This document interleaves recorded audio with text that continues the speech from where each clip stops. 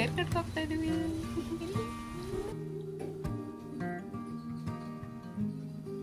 Hello everyone, welcome back to my channel. ಇವತ್ತು ಗೋಲುನ first time haircut ಮಾಡಿಸೋದಕ್ಕೆ ಅಂತ ಕರ್ಕೊಂಡು ಹೋಗ್ತಾ ಇದ್ವಿ. ಅವಳು ಮಾಡಿಸ್ಕೊಳೋದಿಲ್ಲ, ಅಳ್ತಾಳೆ ಅಂತೇಳಿ ಎಲ್ಲೂ ಬೇರೆ ಪಾರ್ಲರ್ಸಲ್ಲಿ ಅಪಾಯಿಂಟ್ಮೆಂಟ್ ತೊಗೊಂಡಿರಲಿಲ್ಲ. ಮನೆ ಹತ್ರನೇ ಇರೋ ಪಾರ್ಲರಿಗೆ ಕರ್ಕೊಂಡು ಬಂದಿದ್ದೀವಿ.